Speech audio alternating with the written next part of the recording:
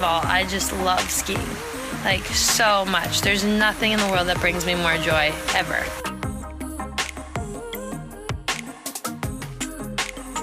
Scared to death right now, but I've got this. Like, I know deep down inside I'm capable of what I'm about to do. I felt like the rehab was pretty simple and straightforward, and I learned how to appreciate my body and how to take care of it, what to eat and like to stretch. I was 18, so I felt like I was invincible at the time.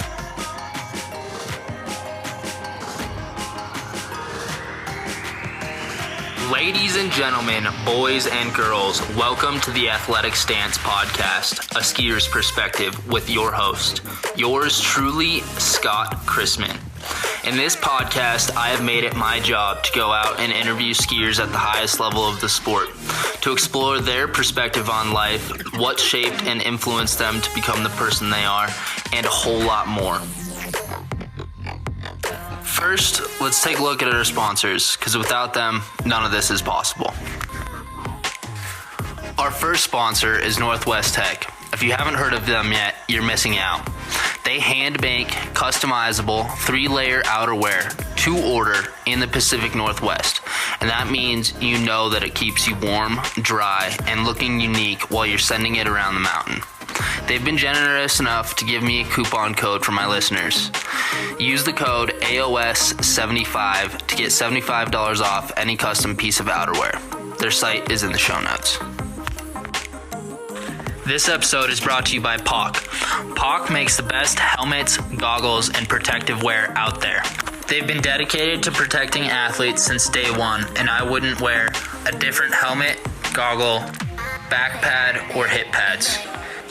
With their spin technology and VPD system, there are no other products on the market that are like it. Definitely go and check out POCsports.com and protect yourself today.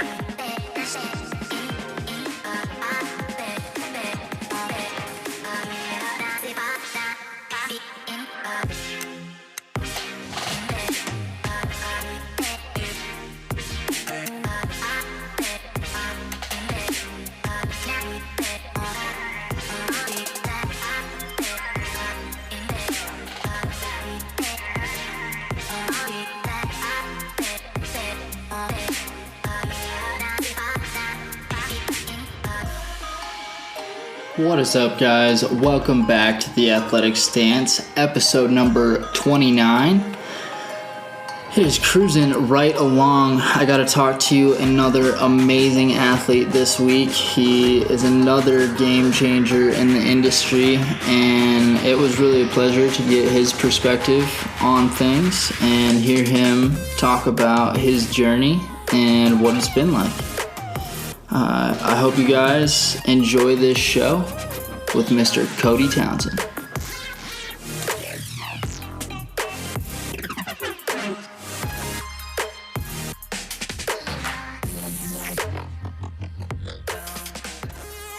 My name is Cody Townsend. I was born and raised in Santa Cruz, California. It's a little coastal beach town. And somehow got into skiing mainly because my parents were into it and they were just weekend warriors. And I don't know how I did, but I fell in love with it from like 2 years old, from the moment I put on skis. So, we would just go up on the weekends. We had a tiny little Forest Service cabin, kind of get to hike to it out in the woods. And I just become obsessed with the mountains, even though I grew up at the beach. Nice. Awesome. How did your parents get into skiing? What was the that path? Well, my dad got into it because he spent one season working at the lifty and like lift up maintenance at Mammoth Mountain. He grew up in San Diego, was a surfer, was actually a football player as well. I played in college, but he moved up to Santa Cruz because of a cover of Surfer magazine back in the day. So I thought the waves looked really good up there. But then he spent like after college, I want to say 1 year up in Mammoth. And from then on out, just kind of fell in love with it. And then he was just kind of back and forth, would just go up to Tahoe on the weekends. Like in the 70s, skiing was super, super popular, and especially among surfers. So it was just kind of this thing. And then he got my mom into it when they met, and they just kind of made a habit of it, of going up to Tahoe on the weekends. Yeah, totally. I was on skis about the same age in Steamboat, Colorado. And it was something that my parents used to do. That, you know, is like one of those things. They'd work hard to go on vacation, and the vacations that they chose were skiing. And I'm like so thankful that those are the vacations that they chose, because I'm not sure that I would have fallen in love with skiing if it wasn't for my parents. It's always cool to have the parents get into it, and then you just kind of like, oh, this is my world, you know? For sure. No, it just was kind of natural. And it's one of those sports where you can do it as a kid. And, you know, when you start growing up with it, for me, it became this thing. It was where you went out with your friends. It was where you had like freedom away from your parents for the weekend. You go ski with your buddies and your ski team and all that stuff. And it just became like everything. And it's such a great sport for kids to get into. It's a lot harder to get into other sports, especially one that's like that are not competitive. Like, you know, skiing is just like purely about having fun, and whereas, you know, other sports that you get into as a kid are generally competitive, and quite often they take the fun out of it. Yeah, totally. And it's one of those things where, you know, you get to learn a lot about natural law and order. Like you get to learn from the universe in the way that it teaches, instead of like being corrected necessarily. Like you'll get coached and stuff, but oftentimes it's like you go out with improper layers, you get cold. And you learn that lesson, you know, and I think it's a really cool way to learn like independent responsibility. For sure. No, I looked at it was one, yeah, of course, there's like natural elements, but it was really interesting to me because, you know, I grew up ski racing, and I got to travel all over the country and all over the world as a ski racer. And, you know, you're 15 years old and you're traveling with a bunch of, you know, 15-year-old girls and guys. And you just like, I learned an independence, and I learned a self-reliance that was so good for me that I watched my friends graduate high school, go to college, and like lose their minds. It was their first time away from their parents for an extended period of time. And, you know, half of them couldn't handle it, or, you know, like got drunk every weekend and couldn't manage their time. And, you know, when you're like 15, and I felt like I'd already done that when I was 15. It was like, yeah, I already know kind of what to do.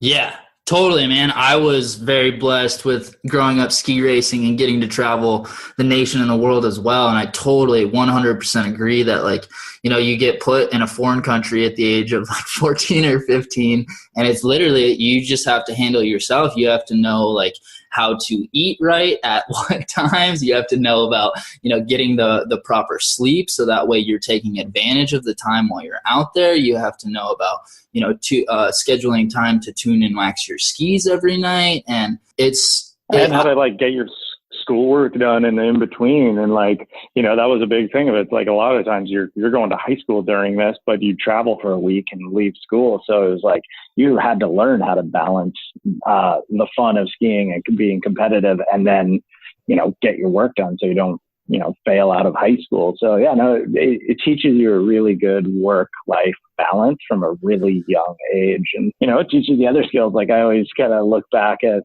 you know, parents didn't have much money.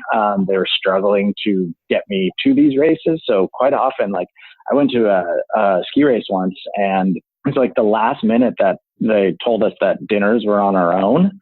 And my dad didn't have any like cash on him. He gave me $25 for a week's worth of dinners. And I'm like, oh, how do I do this? You know? And he was like, sorry. And we didn't have cell phones, you know, credit cards, any of that. You know, I didn't have a credit card. And so I ended up like poaching other teams' dinners, like the Intermountain team kids. They had this one dinner organized, and every night, like one guy from the Intermountain team wouldn't show up. And so I'd like take count of who was coming in, who wasn't. And then I would say the name. I'd be like, oh yeah, Charlie Parker. He's not here today.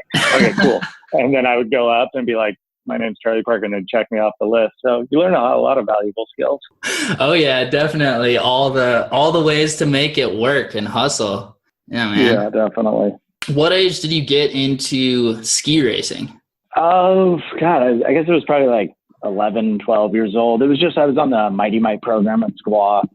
just doing the weekend thing. And, they just do the little Mighty Mite races. And it just slowly went from there. Like once you're done with Mighty Mites, it's pretty much the only organized activities for skiing at that point were the freestyle team or the race team. And I liked racing. I wasn't as into mogul skiing at the time. And so I just naturally went with the race team. And then I somehow just did pretty well at it, especially for being a weekend warrior.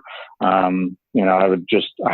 remember like certain years it would be, March and there was a race every weekend. And so I didn't train once. I would just go do ski races every weekend, and that's it. And I was doing pretty well at it. So I just kind of naturally evolved through that sphere. And, I think my goal was to be like an Olympic ski racer, but it was only for the fact that I just wanted to be a skier. I didn't know necessarily how to be a skier, what opportunities were, but it's, you watch the Olympics and you see the U.S. ski team and you're like, okay, I guess that's how you can be a skier and make that your job. And so I was like, I'll go try to do that. And then, as I was growing up, all of a sudden the free ski revolution was happening in my backyard, and started to lose focus on ski racing and, start chasing guys like Shane McConkey around. Yeah, totally. Yeah, I mean, I remember watching the 98 Olympics and watching Tommy Moe and Peekaboo Street, and I was 8 years old. I remember sitting in my parents' old living room watching them and being like, that is what I want to do. Like, I don't know how exactly I'm going to do it, but that's what I want to do. And like representing the country, being able to be a skier and all of those things, it was super inspiring. And then I'm sure for you, like watching that free ski revolution right in your backyard and chasing all those guys around, that it kind of just, like I remember I went to Roland Hall St. Mark's in Salt Lake. It's called Romark Ski Academy, and we did a ski swap. And I remember sitting like 2007, I was sitting in the office managing like the computers, volunteering or whatever. And I remember watching ski porn, and I was like, why am I even ski racing anymore?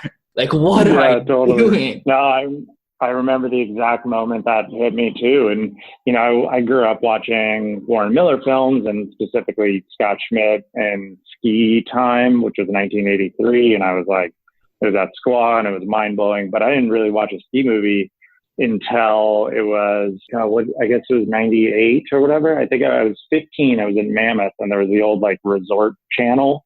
Mm-hmm. And they were playing an MSP movie, and it was Global Storming, the one right before Global Storming, Sixth Sense.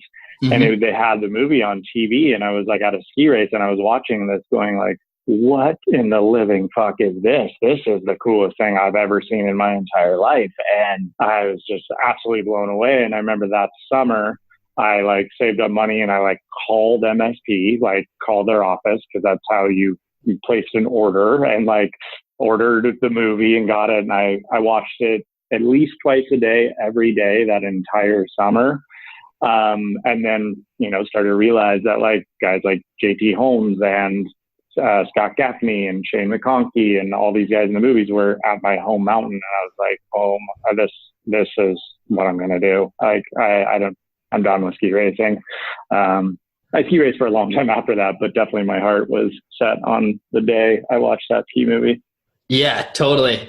Yeah, I can distinctly remember watching, I think it was a Poor Boys movie or something in Vail, and Tanner Hall, it was like, he was like 13 up at Whistler, doing, I don't know, like Lincolns and maybe getting some like cork shoves and grinding rails. And it's funny, I was reading something that you had a pair of GS skis and you turned the tails up, and I did the exact same thing when I was like 11 or 12, just took an iron to the back of my skis, heated it up and bent it up, and I was like, I'm doing this.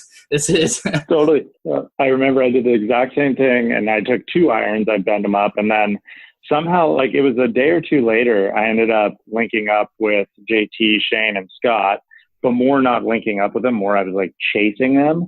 And they were on like fatter skis at the time and twin tips and everything. And I remember it was a POW day, and they were just like ripping turns, and I had skinny GS skis with turned up tails, and I was literally straight lining everything to try and keep up with them. And just like, and then them heckling me like, dude, you got to get some fat skis, kid. And I'm like, I know, I want to, but I got to convince my parents to buy some for me. Right? For now, I'm just going to let my jaw hurt while I like bounce my head around, plowing through moguls. Dude, that's awesome. Yep. It's awesome the way that the people before us have inspired us to like go out and do these radical things just in the pursuit. And then through the pursuit, it like, you know, you like find new experiences. And I think you just kind of find, I don't know, you find like out new things about yourself while you're putting yourself in those situations. It's fun. Yeah, totally. And so I was really lucky to grow up in a place like Squaw, you know, and just have the kind of free ski revolution going on in your backyard and able to chase the heroes of that literally around the mountain. You know, I would definitely not be here if I didn't grow up at Squaw. I didn't grow up around those guys in particular. It was just kind of through osmosis that I absorbed what they were doing and, you know, was able to somehow make a career out of it. Yeah, definitely. Had to have been the time that like pocket rockets and the 1080 and the 720 were kind of like just coming out, something like that. Is that? Yeah. Actually, I remember I traded a pair of slalom skis, my one pair of slalom skis for a pair of 1080s from this kid in Bear Valley. And they were the first generation ones. And they were like my fat skis. They were the coolest skis I ever had in my life at that point. And then the first powder skis, the Atomic Powder Pluses, which were like, I remember they were insanely fat for the time. They were 115 underfoot, which is kind of crazy now that you think about it. Yeah, that's massive. And that was back in the day when fat skis had a stigma of old guy skis. You know, they were just like, oh, they're powder skis for old dudes. And there was literally this old guy in the members' locker room that had heard I was like looking for a pair of fat skis because I think I was going around and asking people just like, hey, do you have any skis to sell? And he's like, yeah, I got a pair of Atomic Powder Pluses. They're buried under my deck. If you shovel my deck, I'll give them you for $25. And I was over there the next day and I dug his deck out, dug under the deck, dug them out, spray painted them gold, mounted them up. And those are my fat skis for the rest, like for the next 3 or 4 years. Dude, that is awesome.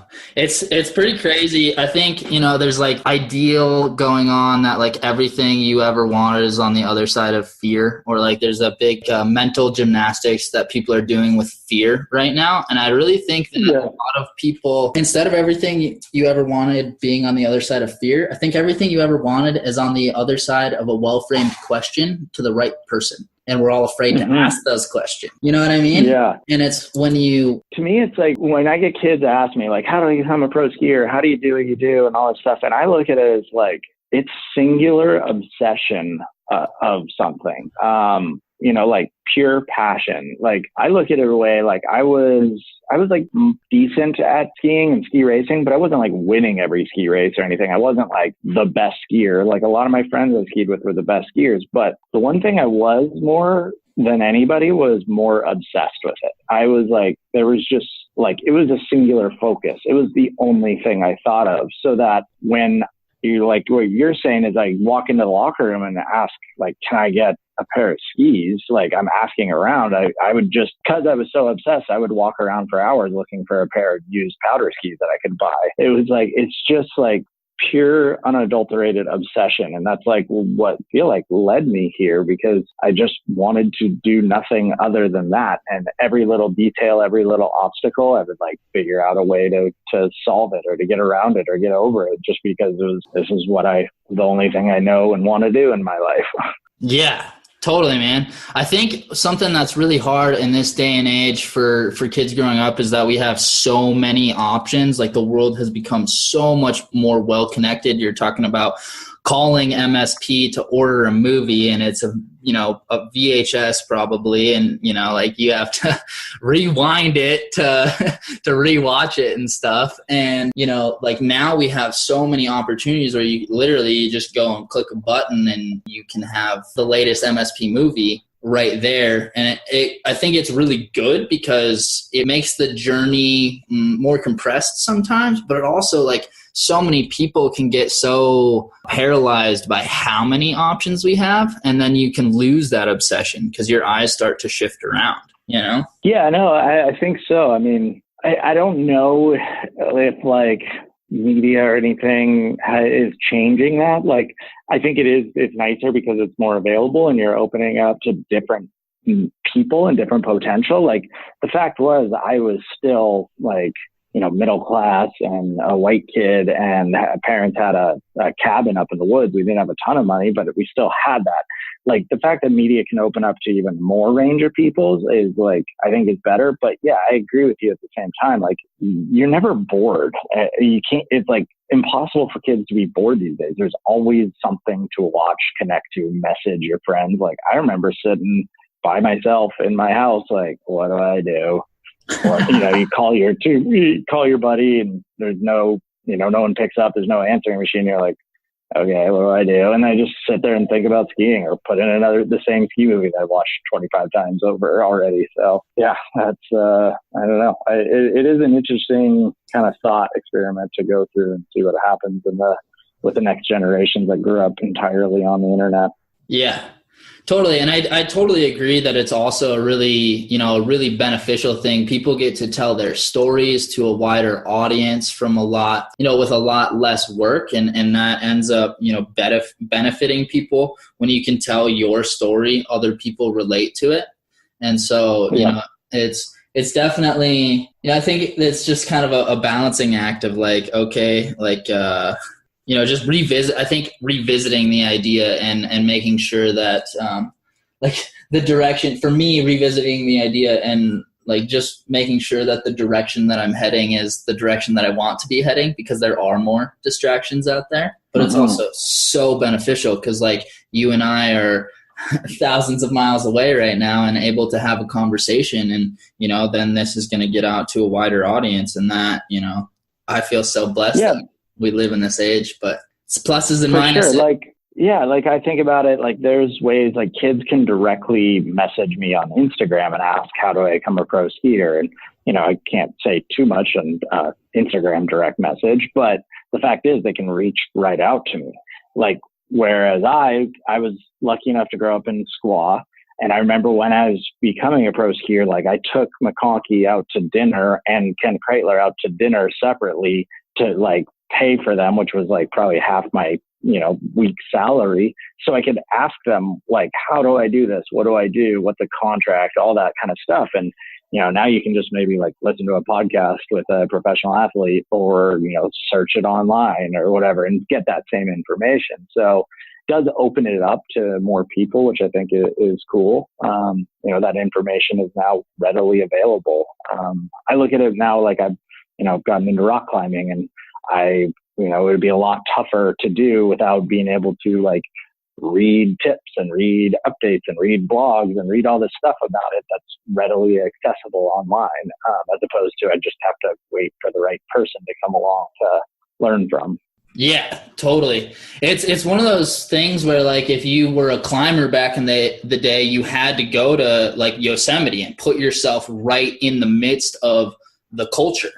And, the culture, it's really cool because the culture has been created, I think, the landscape has changed because the culture has been there, but it's been more refined and solidified in the idea of, like, Shane pretty much created with the base Bible, the sport of base, or really, really refined it. And it's just really cool to see how the dissemination of information is so much more readily available. And then it stops being about, being the very best in the sport. And I think it kind of turns into being, creating your own personal brand, because there's so many people out there that can throw doubles and triples and all that. And it's like, because the information is more readily available and you can reach out to sponsors more easily, then it becomes a different type of way that you have to attract the sponsors. You know what I mean? For sure.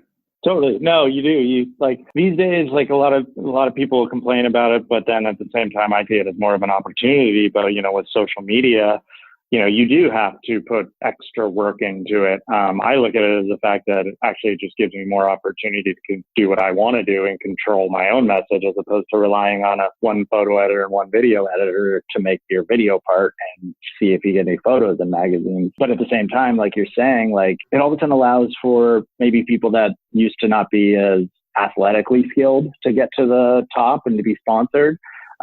Which is good and bad. I think it can be inspiring to some people to see just like kind of almost an average Joe that doesn't seem like a freakish athlete, and they're out there and inspiring people to do stuff. Same time, it's like questionable. You're like, hey, like person like rarely skis and he sucks at it. Like why are they sponsored and taking money away from a bunch of these other kids that are ripping? But it's just the nature of the business. Like ultimately we as skiers are out there to do a few things. At the most basic level, it's sell more stuff, but that's like not exactly it, because a lot of it is to inspire people to get out there to, do what Shane did to me when I was a kid, to watch him in a video and be like, I want to become a skier and I want to ski, and to get them up into the mountains. So that's a big part of it.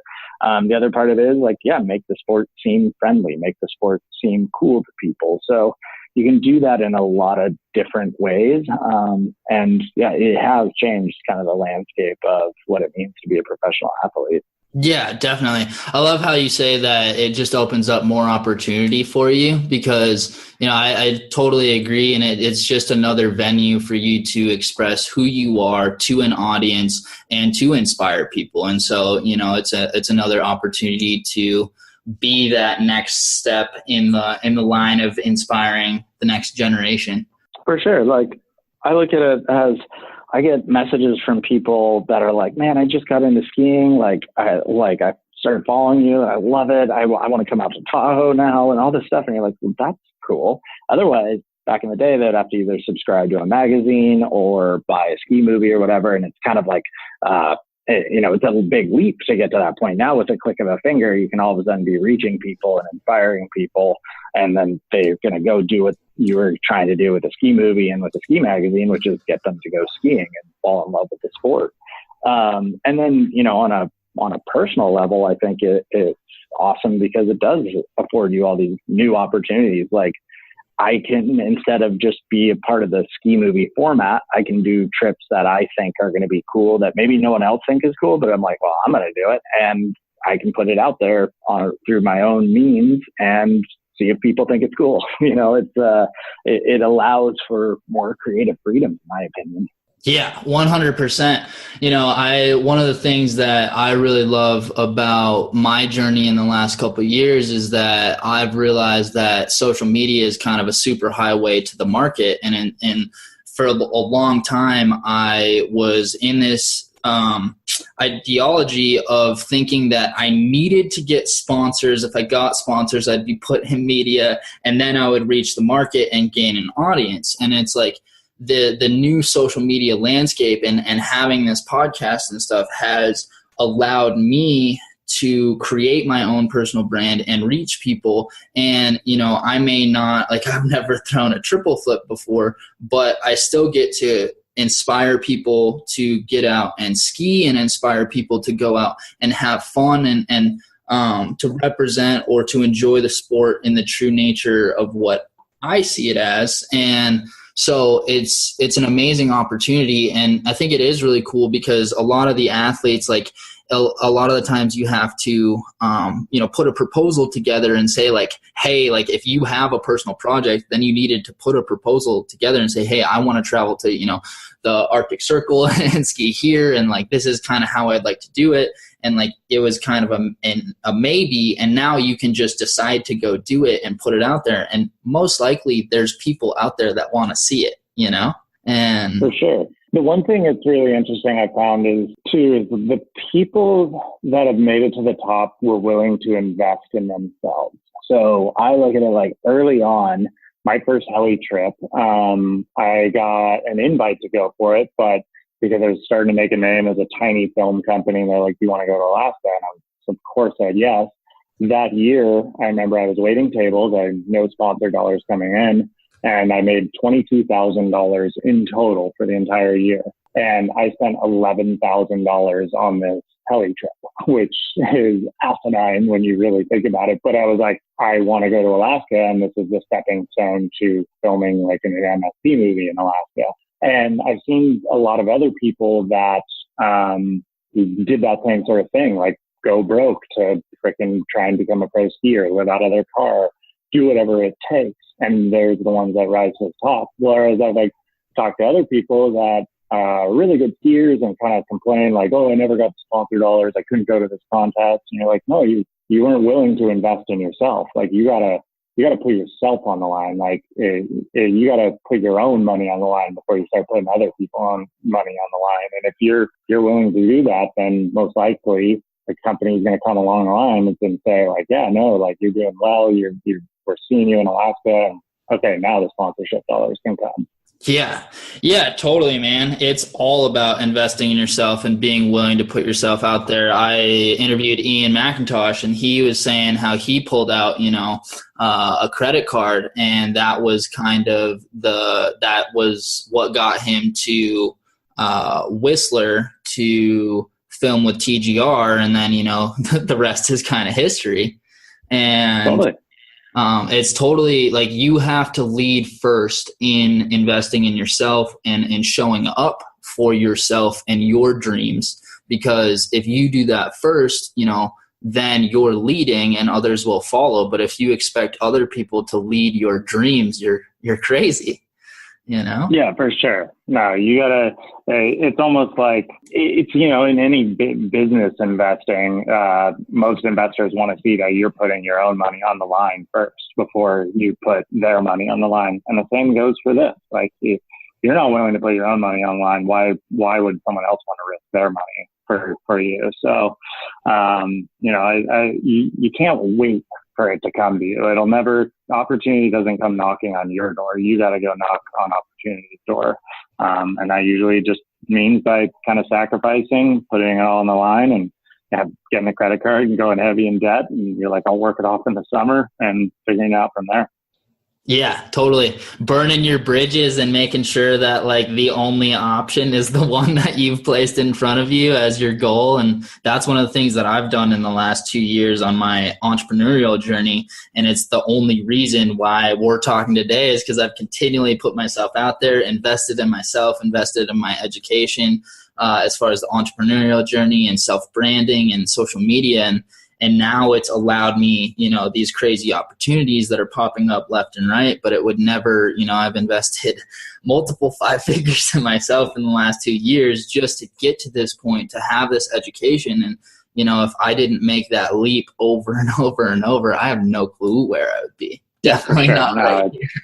Kind of one of the lessons I want to tell kids is they're like, oh, I don't have travel budget. You're like, so? Not like you and McIntosh didn't. I guarantee Sage didn't. I guarantee Seth Morrison didn't. I definitely know I didn't. You got to kind of do it. And the ones that are willing to do it generally rise to the top. Yeah, totally. Like I remember heading down to Chile, and I got to go on a trip with the North Face to Patagonia. We were supposed to compete at, it was the cat skiing operation down in Chile. I'm drawing a blank on it. Ski ARPA. So we were supposed to have a competition there. Snow wasn't very good, and a lot of us had already booked our trip. And so we went down to Ontianca and had a pretty crazy adventure down there. That's when I got to know Drew Tabke more, Ian McIntosh, a couple other people, and then we came back and to like the northern to Santiago, back up north, and I had a plane flight, and I remember like I had no clue how I was going to pay for rescheduling my plane flight, but I had an opportunity to hang around Farallones, and the Skiers Cup was happening. So was Eye of the Condor, and I just, figured out how to get some more credit and ended up changing my flight and staying down there for another 3 weeks. And that got me introduced to Ingrid and Oakley Allen White and a bunch of these other guys. And that was, you know, a big bridge. And I actually ended up at the W hanging out with Casey Dean and Oakley Allen White at during the Skiers Cup, because I went to that party. We probably saw each other there at some point. I was going to say, I was like, that was the year I was the captain. So I was there partying that night for sure. Yeah, totally. Ended up at the W, and then like those relationships and investing in myself and, you know, just continually putting myself out there has turned around, and now I have these connections where I just interviewed Casey Dean on the podcast, and, you know, I interviewed Ingrid the week before, and it's like all these connections that, you know, I made small connections then, and now it's turned around and it's allowed me, you know, a lot bigger impact just by investing in myself and showing up and just constantly putting myself out there, and, you know, just kind of being like, this is what I want to do, and this is what I'm gonna do. I don't know how, but I'm just gonna do it. Yeah, for sure. Well, I never knew how I was gonna do it, but I was like, oh, I don't know, figure it out as it happens. Yeah, totally. No, that was so fun. I remember hanging out at the Skiers Cup, watching you guys. Casey Dean crushed that last run, and dude, that was one of the most inspiring experiences, just being around all you guys and being around everyone, and, you know, like celebrating the sport of skiing at such a high level. That was like definitely a pivotal moment in my life.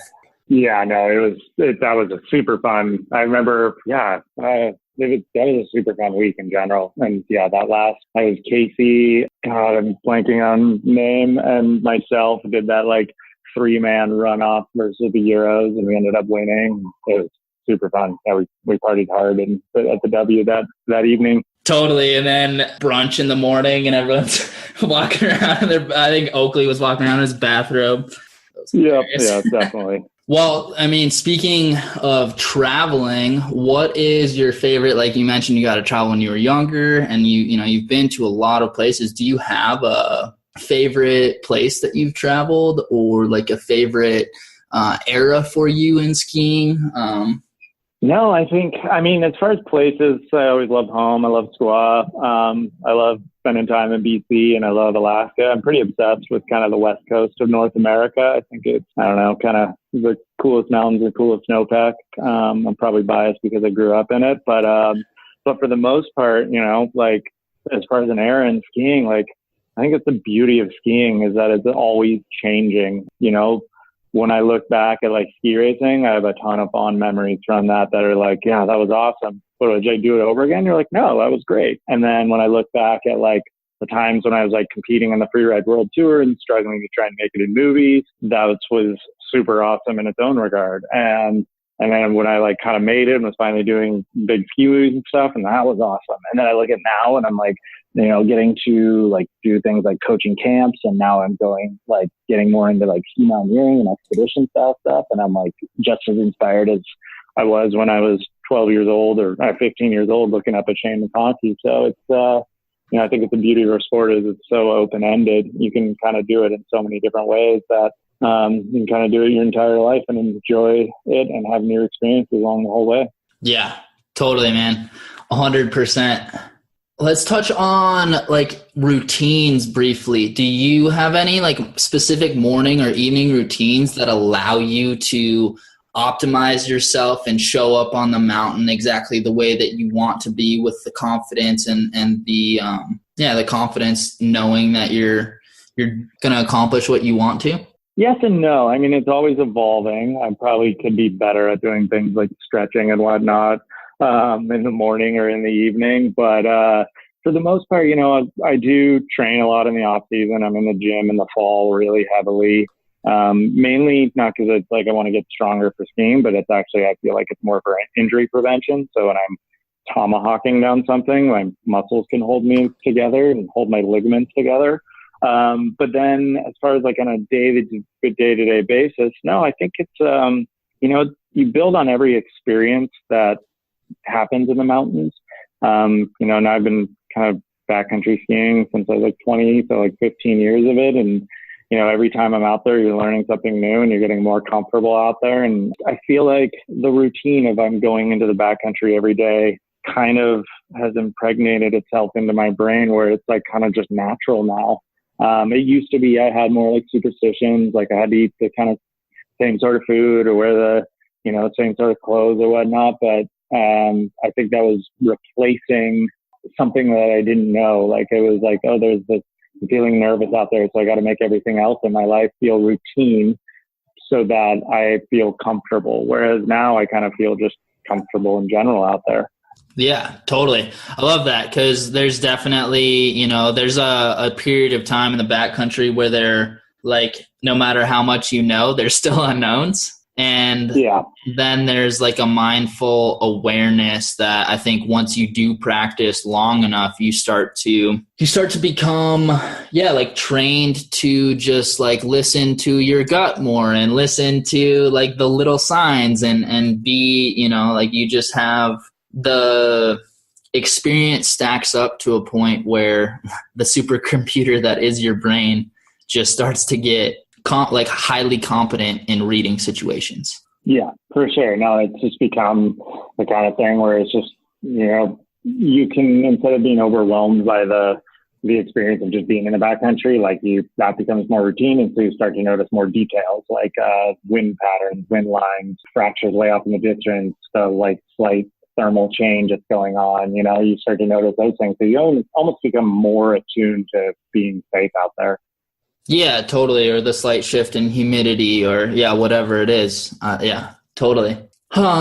Casey Dean and I talked about the ketogenic diet and intermittent fasting quite a bit in the last episode. Do you have a specific diet that you stick to? Like traveling, definitely it can make it harder to stick to a diet. Yeah.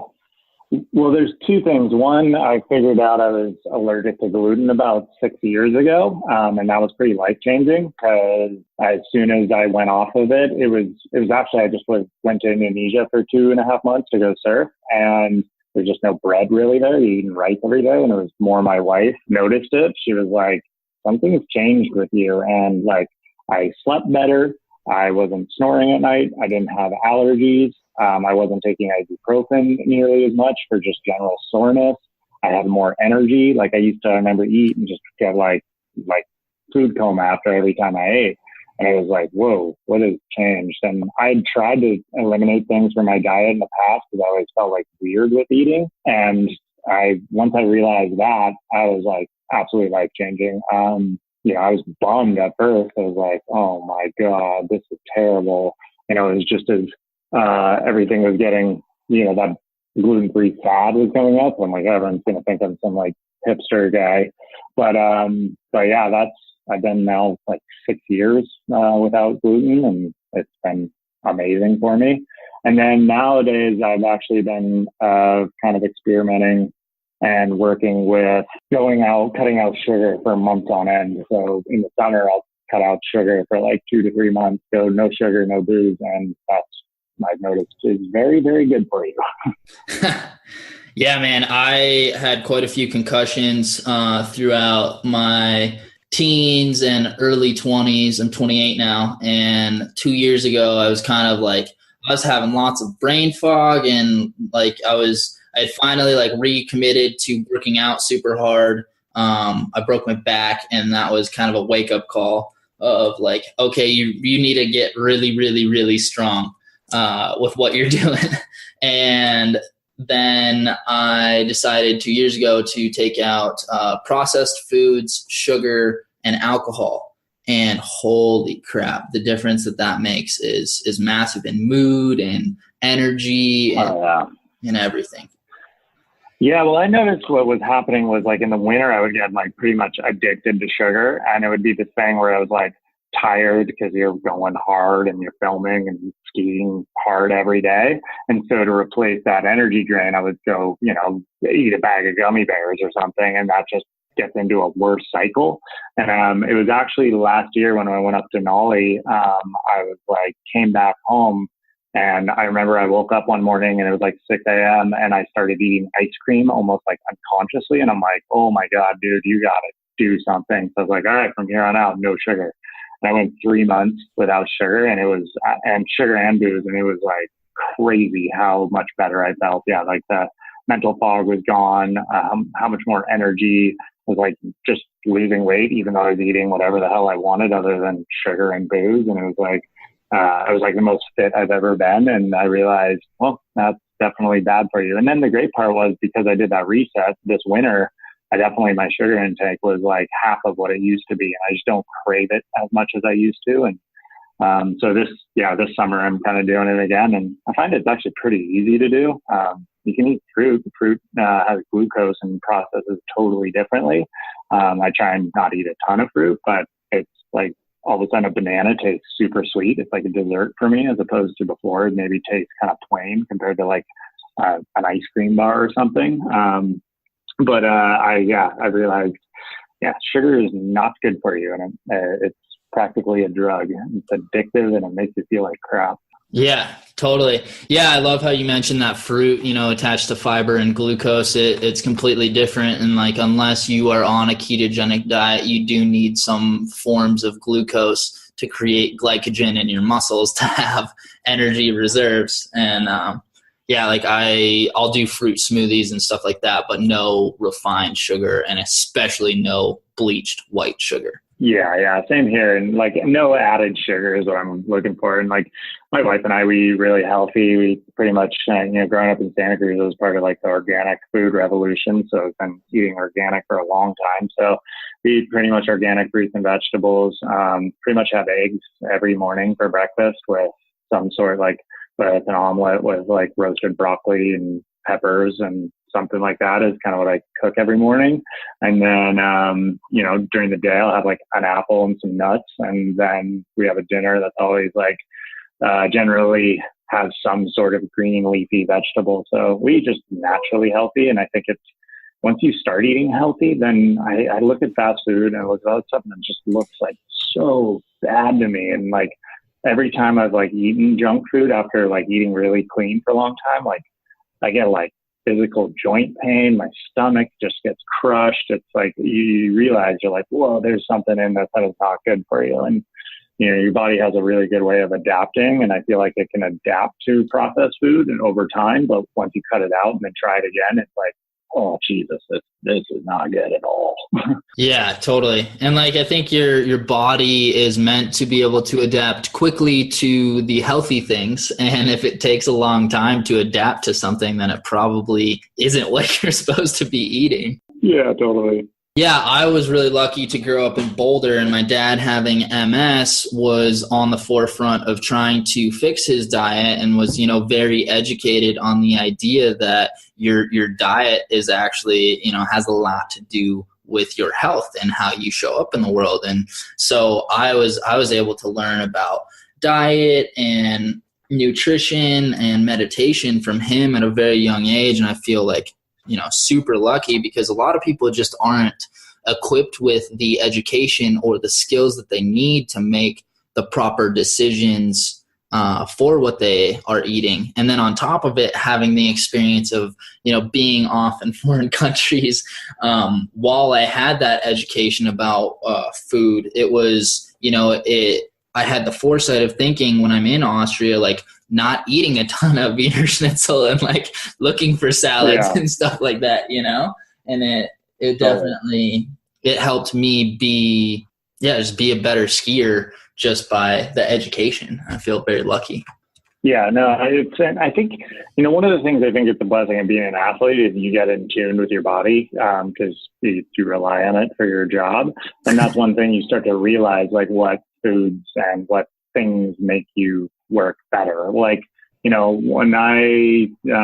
we started Arcade Belt, I'll take like this for instance, when I was working in an office chair from like 7 to 7 every day in the summer when I wasn't skiing, you start to eat like shit because you feel like shit, and you like get home, the only thing you crave is like a beer and some like ice cream, and it's weird because like it's such a draining job, even though you're not doing anything when you're just sitting at a desk all day.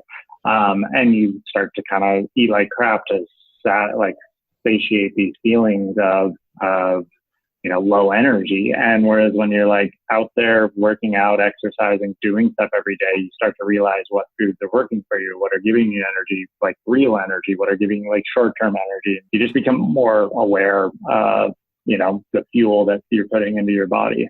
Definitely 100%. And I think like your body being more sensitive, it becomes a massive blessing as you get those cues a lot easier. And you can educate yourself on your, how your body operates a lot quicker, just because, you're processing the energy that you're inputting, and you process more, you're moving more, your cells are moving more. And yeah, I think it's, we're lucky that we've been educated, or, that it is one of the things that we use so often. For sure. And I look at it as like, it's like you look at outdoor towns like Boulder or Tahoe or Whistler, and it's so crazy because you realize you look around, you rarely see like overweight people, but like you don't also see people like necessarily like so focused on their health or whatever. It's just like, you're just kind of like, everyone's active, and then they're putting the right fuel in their body because they're trying to sustain what they're doing of having fun. Whereas like, if you're not exercising, not doing outdoor stuff, you just end up going to McDonald's every day because it's cheaper and you want to save money, and then you make you feel like crap, and then you keep doing it over and over and over again. Yeah, totally. It's crazy. The way that you just framed it for me, it's like there's a magnetic pull. And when you are like actively working out and pursuing that lifestyle, like I just feel pulled to go work out because I know it's going to make me feel good. And then I'm going to turn around and I'm going to eat healthy foods. And it's like this vicious upward cycle versus the opposite of what you're saying, where like it's the magnetic pull towards like the degradation of life and body.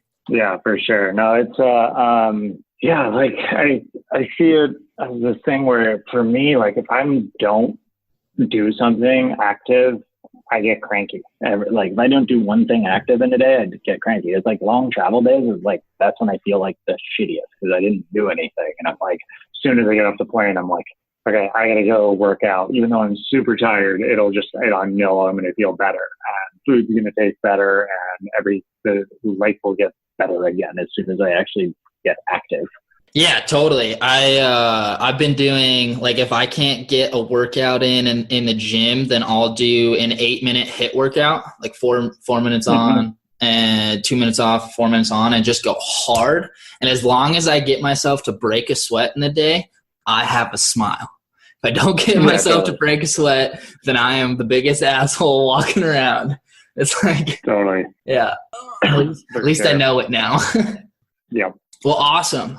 What is one technique that you use to overcome fear or mitigate fear? Like, I think, the crack was a really, really cool line, and obviously, put you more in the public eye. And that was probably, I don't know if that's one of the scarier things you've done or not, but, can you walk through the thought process of overcoming fear in that situation or any other situations? Yeah. And I look at that exact moment as a good kind of like show point of fear, because the fact was like, when I was on top, I wasn't scared at all. I was actually really calm, focused, and quite a Zen-like state. Like Scott Gaffney was next to me and we filmed together for years. And it was the first time in my life I've seen him like be like, all right, go, you got this, dude. Like, and I could tell he was like visually nervous. He was like, oh my God, this is so gnarly. And I was like, dude, you're kind of making me nervous because you're nervous. Like, and the reason I wasn't scared or nervous about it is because I had spent 10 years in Alaska. I had skied lines that are like that, being like terminal cancer and little lines and squaw, mini versions of it. I'd skied that in my head for 5 years previous. I've been looking for something like that for so long. And then even when I did find it, it was 2 weeks before I skied it. And I'd stared at pictures of it for every night. And in my head, I'd skied it 1,000 times already. When I dropped in, I realized at one point, I was like, oh, okay, this is actually really gnarly. This is super long, super steep, really narrower than I thought. And I'm going really fast. So I did come out and say, like, this is the scariest thing I've ever done. But it was weird because I wasn't scared up the top. But that was because it was based on previous experiences. It was based on stepping stones. It was based on baby steps of going to Alaska for 10, 11 years in a row. So it just became that thing where you get confidence because you can draw on past experiences. And then it was like mentally going through it, being like, you've done stuff like terminal cancer, skied that fast a couple of times. You've skied lines and squat like this, although they're a tenth of the length, you just do the exact same thing you do in a tenth of the length, but 10 times as long. And so you kind of are drawing on these past experiences, going back to yourself, going like, no, this is what you do. This is, you've trained for this, whether that's mentally, physically, and even like spiritually in a certain way. Like this is what you do. And I look at that experience being like, yeah, I actually wasn't that scared. I've been way more scared than Alaska. My first trip to Alaska, every line I skied, I was 10 times more scared because I didn't have previous experience to draw upon. I was looking at it from like, oh my God, this place is so steep, it's so big. I've only skied squat. It's like, a tenth the size. And I'm like, I don't know what to do. So to me, like overcoming fear is baby steps. It's working your way up to these things. Like no one just goes tomorrow and just base jumps and wingsuits. Like you just don't do that because it's stupid and you'd be too scared. Like you just like, why you're going to die.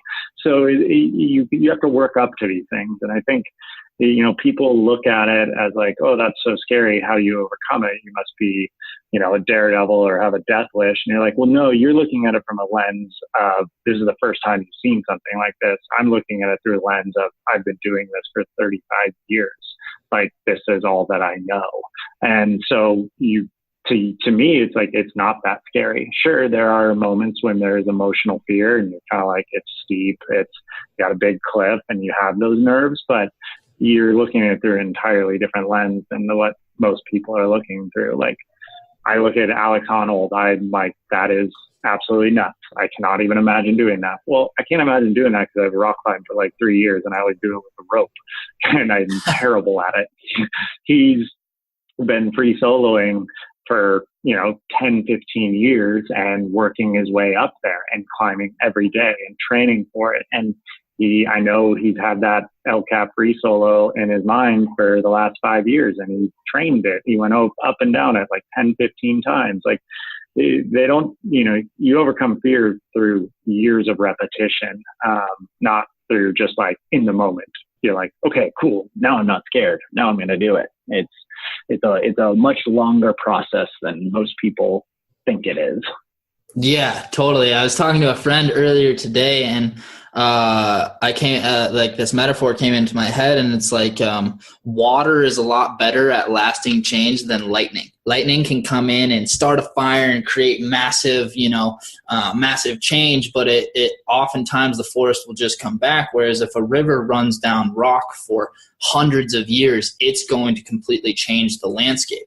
And yeah, no, that's a really good point. I never kind of thought about it that way, but it's these subtle long-term things that have more power than the quick explosive hits. Yeah, totally. And like sometimes you do make a jump up where, like you land your first double backflip or you land your first cork 7 and all of a sudden that can give you massive confidence and allow you to progress super fast, especially if it's at like a place like Mount Hood or, where you have those opportunities to really progress. But at the same time, like I think oftentimes when I've made the most progression in a summer, I'll get back on skis and I'll be like, wait, I kind of feel like I'm like at the place where I was halfway through the summer, not at the end of the summer because of that big change, Yeah. And so, making the baby steps. And I interviewed TJ David, who's also a trail runner.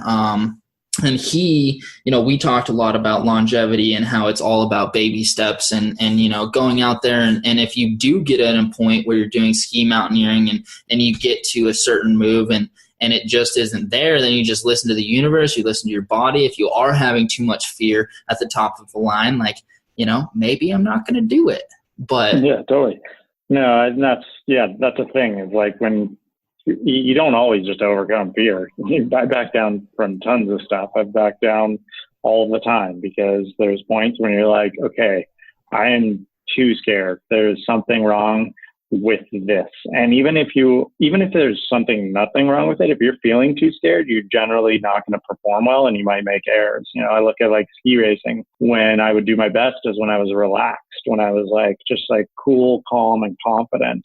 And when you were like aggressive and like trying to force it, you'd end up skiing slower. And the same goes for when you're free skiing and skiing gnarly lines. When you're cool, calm, and collected, you're going to ski at your best. You're in like a hyper aware state as opposed to like trying to force it. And when I've been scared is when you get hesitant and your muscles tighten up and you don't react to things as well and you trip up and, you know, you make mistakes. Yeah, man, 100%. And it's, I was reflecting back about my first ski race that I ever won. And I was like 8 years old competing against like U10s. And I had this massive snowball fight with all my friends at the top, got in the start gate, just had a blast on the way down, didn't even check the scoreboard. And like 2 hours later, someone was like, dude, you won. I was like, what? Yeah. Like, well, that's cool. Like I had a ton of fun with that snowball fight. Like that was awesome. You know, mine's a similar story as that, but it's a little more debaucherous, I would say. And I was 16 and the very first time I won Junior Olympics. I actually had told my parents I wanted to quit ski racing, and they're like, "We'll just go to Junior Olympics and see what happens." So I was pretty much done with ski racing. I was kind of burned on it. You know, it was a burden on my family financially. And then I ended up bringing a keg at 16 years old to Junior Olympics. We had a condo. Me and a buddy stashed a keg in the back of his truck, and we threw a huge house party the night before the downhill. And we had all the kids from Mammoth High School in there, and we just had this massive raging party. And so I got really drunk at like 16. It was up till like 3-4 in the morning. And I remember like getting up at like 6 a.m. and going out, and my coach came up to me and he's like, "I know what you guys are doing last night.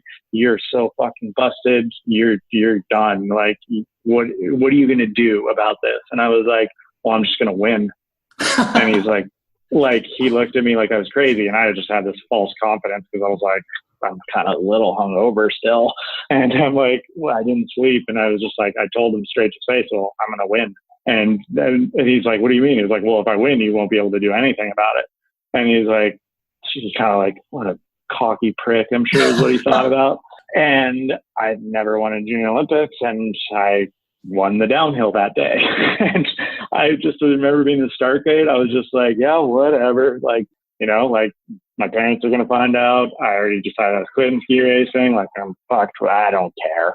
And I was just so relaxed that I like skied myself to a win. And I was like, there's something to be learned from here. And it wasn't like, oh, go get drunk before your races. It was more like, oh, be calm, be confident, be relaxed, because that's when you perform well. So, you know, I went to the next race series after that, and I didn't party. I actually was like, you know, that's probably not that smart to do, to party before, and my coaches already now hate me.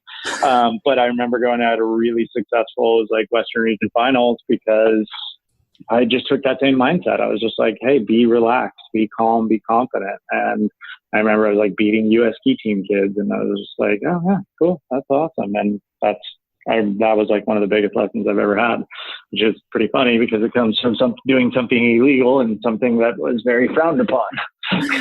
Yeah, totally. But you know, it's awesome that like you had the perspective to like learn that lesson and then kind of extrapolate like the gold that could have come from a very like it could have been a disruptive experience in your life probably. Yeah, no, it definitely could have. And I take from it too. It's like, yeah, I could have taken it down like, oh, you get drunk and do that. Well, I had the wherewithal at least to be like, no, that wasn't it. Was the partying the night before. It was the mindset that it led me to. And, you know, I took that lesson and did pretty well for the next couple of years in ski racing, and then kind of got burnout on it again and quit, and then took it into free skiing. And I just knew that ever since that day, like I was like, it's all about being calm and confident. That's the mental state you want to be in before you ski lines. And so circling all the way back, like when I skied the crack, I remember just being in that same sort of mindset. It was just like, yeah, this is cool. I got this. Like, Gaffney, why are you nervous, man? Like, I'm good. Don't worry about it. Like, I got this. And so that's when you perform the best. There's science behind it too. I remember reading a study about sprinters doing the best when told to run at 90% of their max. And sprinters, like doing a 100-yard dash, if they're told to do like go 100% or go 110%, they'd actually be slower than when told to go at 90%. So there's something weird mentally about forcing it versus being calm and collected. Yeah, totally. I remember I used to get so psyched up in the start gate for slalom races, and sometimes I'd make it like 3 gates. And I was like, like, what are you doing? Totally. I would do the exact same thing. Yeah. And then reflecting back to like one of the times that I actually did really well in slalom, I had like a rib out. I had like fallen the day before, or I forget like exactly what had happened. I had like compressed myself, and I had like a rib that was giving me issues. And I was sitting in the top 10 in slalom and Junior Olympics, and like all I could do was let my body relax to stop the pain from happening. And I ended up skiing into second from like 8th place just from relaxing and like letting my body just like take care of what it needed to, instead of like trying to hold on super tight. And no, it's really interesting. And I don't know, it's one of the like best mental lessons I learned from ski racing. Yeah, totally, man. Is there one piece of encouragement or wisdom that you've gotten from your mentors that has stuck with you throughout the whole journey? No, not like, I look at one of the most important moments wasn't from like my heroes or anything like that. Like when early on in my ski racing or free skiing career, I didn't think I had what it took to be McConkey and those guys. I actually got an opportunity to film with Matchstick in like 2005, and I totally blew it. And I remember I went over to Shane's house and watched footage with Shane and JT, and I nearly cried of how bad my footage was. I realized that I was like, whoa, you have a long ways to go. Like you think you're way better than you are. And I got cut from the movie. And it wasn't from them because, they didn't know what to say. It was a bunch of dudes and friends.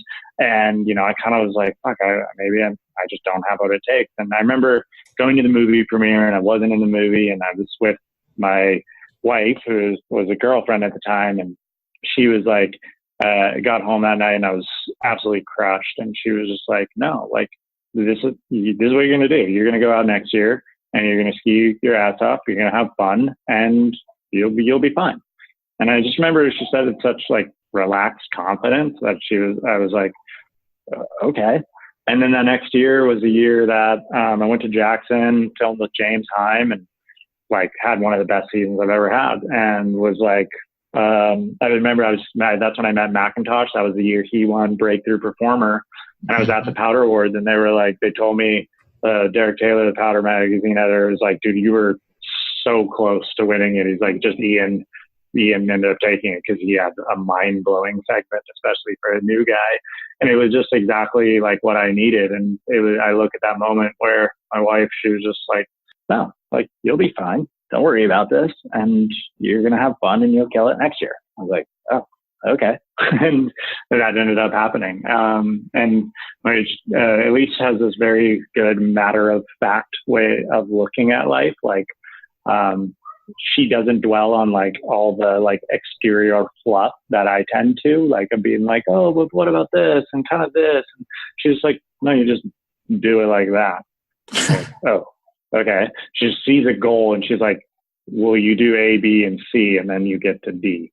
And I'm like, well, what about A plus minus? And what about C, C minus? And like, what if like G gets in there somehow, She's right. Like, no, you just do A, B, C, and D, and you're good. Oh yeah, cool. I'll do that. That's awesome. That must be awesome to have someone who understands the sport, and also, can, like, it's good to have someone that's slightly just with those different perspectives to remind you, like, bring you back to the truth. Yeah, for sure. And like, we balance each other out, but then we also, because we're both skiers and professional skiers at that, it's like, we can talk about these things in deep, unique ways and really help each other. Like I remember, being a woman in the ski industry is not easy, and I've seen it firsthand. And she was really down one year and just like not getting opportunities, even though she like completely deserved them. She was absolutely like shredding and won the world title and won like line of the year on the world title one year, won a car, and she was just like killing it, sending it, and no one would give her an opportunity to film. And I was like, well, what do you want to do? And she's like, I want to win best female performance. I was like, okay, well, you got to like sacrifice everything else. And we like came up with a plan. It was like, we're going to hire filmers, beg, borrow, and steal to get filmers. We go sledding and figure it out. And she like literally like would just go with random like semi-professional skiers up in Whistler, go out and shoot with them for a day, collect their footage, and then put it and edit together and submitted it for the TGR collab, and then ended up winning best female segment. And she almost won the whole competition as well. It was just like we help each other in those ways, and it's so good to have that. I remember she did the same thing for me in 2014, the year did the crack and kind of won a bunch of awards. And I remember her telling me before the year, she's like, this is year, I feel like it. She's like, I know. She's just, I feel it. And I was like, okay. And I'm like, I don't really feel it. I'm like, whatever. And she was totally right. So we've definitely had a like kind of circling up experience with each other. We kind of play off each other and lift each other up, which is really, really special. Dude, that's awesome. That must be like a very, very special relationship and special experience. Obviously it's special. That's why you're with her. But no, I mean, it seems very like unique. And watching your guys' segment last year and Drop Everything, that was so much fun to watch you guys like play and have fun and just really like, I don't know, it just seems like a really, really special, like just a special relationship. It's awesome. It's awesome to see that modeled in society because, male-female teamwork and collaboration in society right now can be a little, it's not necessarily the status quo, Yeah, no, totally. And that's where, like, we've been pitching that segment for years. For many, many years, and no one, even when we shared a sponsor, no one would get it. We're like, I think people really think this is cool because we go out there and we have a ton of fun with each other and we play off of each other, and it's like fun the whole time. We laugh and joke around, and it's like, two people like that are in love doing the thing they love most together. It's like something special is going to come out of that. So that's when we started actually making edits together it's called Backcountry Skiing. We're like, well, we're just going to do it ourselves. And so we made 2 of those edits. They did really well. We got like so much insane feedback that finally last year we were able to convince MSP. We were like, come on guys, let's do this. And then they did it. And I thought it turned out great. I thought it was one of the cooler segments. Like I hope one day we have kids and can be like, hey, look, your mom and dad were cool at once, and like show them the segment together. I mean, your kids will probably still think you're not very cool at all because you're still parents, but I'd like to think they think we're cool. Yeah, right. Like it's a novel idea. Hopefully they will at some point. Yeah, totally. Maybe, once they like, or it's like once you move out of your house and, live on your own for 5 years and you're like, oh yeah, my parents were kind of cool. They did a lot of interesting stuff and helped me out quite a lot. Yep, definitely.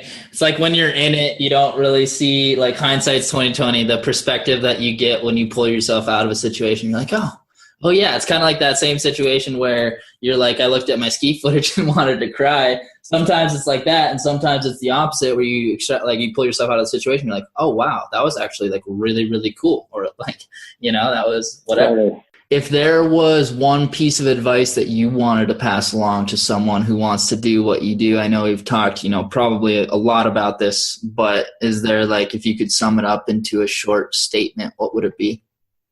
Do what you're obsessed with. Like, a lot of people want to be pro skiers, but if they don't have that obsession, they're not going to be, quite often people say, oh, chase your dreams and chase your passions. And yeah, it is kind of like that, but it's like, you got to be obsessed with it, and then you'll be successful at it. to me, like, if you're obsessed with computers and technology, go work on computers and technology. And then, that's that whole thing. You'll never work a day in your life because you love it. And you're going to be really good at it. So, it's figuring out those things you're absolutely obsessed with and go for it. Make a career out of it, make a life out of it. Because in some way, shape, or form, you're going to be successful at it and it's going to bring you happiness. I know that's a very privileged thing to say. There's a lot of people in this world that are like, hey, I'm just trying to eat. I realize we live in a world where we're lucky enough to do that, where I'm lucky enough to be a pro skier, and you travel the world and you see people that are just trying to put food on their table to raise their family. But, finding happiness in this life is definitely one of the most important things to me. And I hope, I'm a happy, very content person. My life is really, really good. And I hope other people can find that in some way, shape, or form, because it's a really good feeling.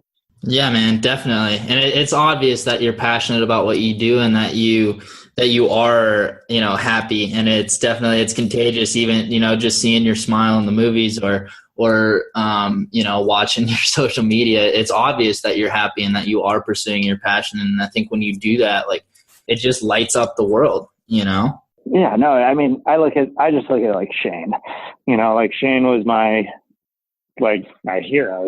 I wanted to model my life off of him, because of the fact it was just like, he looked like he was having more fun than anybody. And then you meet him and he generally was having more fun than anybody. And it wasn't like, I remember just thinking, wasn't like, oh, I'm going to just do exactly what he does. It was like, no, like, do what makes you happy. And, the things that made Shane happy aren't exactly the same things that make me happy.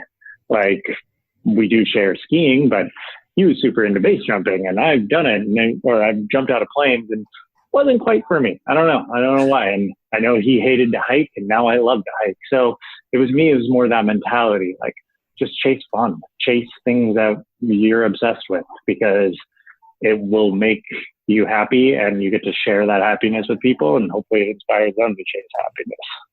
Yeah, man. Totally. I love that. Just a couple more. If you could have one significant impact in the world, what would it be? And it probably parallels that last thing, but. Yeah, no, like, one of my biggest things would be to get people that don't get these opportunities that I was afforded by, growing up middle class and growing up with parents that went to Tahoe on the weekend, to experience the outdoors. Like, I would love to one day have a foundation or a charity or work with people where you bring, like, at-risk youth and lower income people up to the mountains and just get them up there and go ski with them, go hike with them, go do something. Because I know everything that's good that's happened in my life has happened from being outside and being in the mountains. There's a lot of people that will never get to experience that for one reason or another. And, if you got 100 kids up there and one of them, they find something, a new passion in life, and change, not change necessarily for the better, but just like, okay, like, this is how I get out of this circle of being stuck in poverty or whatever. And you can help them get out of that to then live in the mountains and find happiness. Like, that'd be a dream of mine, because I look at my place, I look at the opportunities I have as who I grew up like, and what I was lucky to be born into. And I'd love to pass those opportunities to people that don't necessarily have those chances. Yeah, man, definitely. I love that. It's that nature and the outdoors has given me more than I could ever put into words. The ability to go out and ride the chairlift and experience the elements and the trees and the views and every last little thing, I think, is just like, it's what has made me who I am. So I love that. Just the outdoors, man. They're too special. Yeah, totally. I think we as humans are meant to be out there. Cities and everything, they're cool, and there's a lot of culture that can come out of them. But I think there's a certain percentage of us that are meant to be outside, and I'm definitely one of those people. Yeah, me too. Yeah. Do you have a favorite? You're in the airport right now. Do you have a favorite travel tip or travel hack that you're willing to share with the audience? Yeah, like something I just did. Put on compression socks when you're on long flights, because your feet swell up and then it gets really uncomfortable to try and put your shoes back on. So like when you have those overnight flights across the Pacific or the Atlantic, yeah, put on compression socks. But no, I don't. Otherwise, get a Nexus pass. That's probably the best $50 I've ever spent in my life. It gives you global entry and TSA pre-check, so you can skip all the lines. I know I probably gave the government like full access to my email when I signed up for it or whatever, but whatever. If I don't have to wait in line, I'm not doing anything bad. I'm not smuggling anything. They're probably listening in on this call, but it's really nice to be able to not have to wait in lines. Yeah, totally. What is one of your like happiest, favorite memories in skiing? Like one of the most like happy times you've had, or like silly or funny just memory or experience that you've shared with anyone in that? Oof, there's just too many to the list. Yeah, I mean, it sucks to not give off a specific example right now, but it's just like, I mean, it really is like most days that you spend in the mountains, you end up having so much fun. And, you know, I just look at this past year and I look at like 3 or 4 days where you're out with like, you know, Abma, who's a close friend of mine, Elise and Michelle. And we were just like in these zones deep in the Whistler backcountry zones that like no one's around. And we're just like ripping off lines and just having so much fun joking around with each other. And like, it is just like, this is so awesome. Like, this is a fucking job. Like, this is incredible. And like, you have that a lot. And I find those moments, they're always changing, they're always evolving, but they're just being out in the mountains and skiing brings a lot of those moments to me. Yeah, man, definitely. And sharing it with friends. I think that's like so important, being able to share it with the people that you love. Skiing, I was talking with Ingrid and she said something in a specific way, and I was like, skiing is not a team sport or an individual sport. It's a tribe sport. It's what it is. Yeah, that's a good way to put it. Yeah.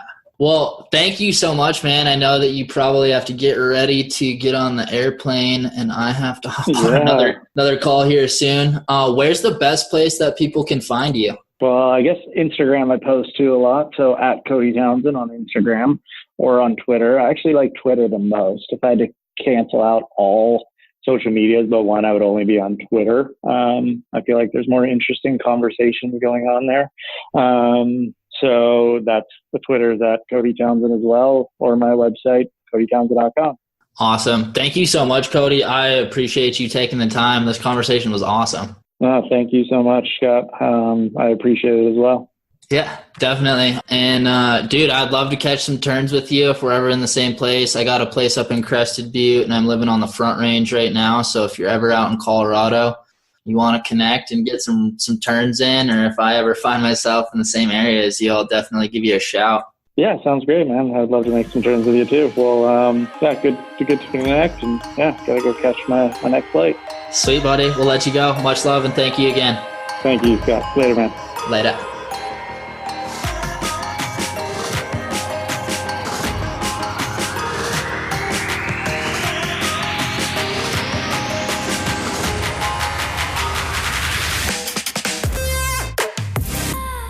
Well, there you have it, folks.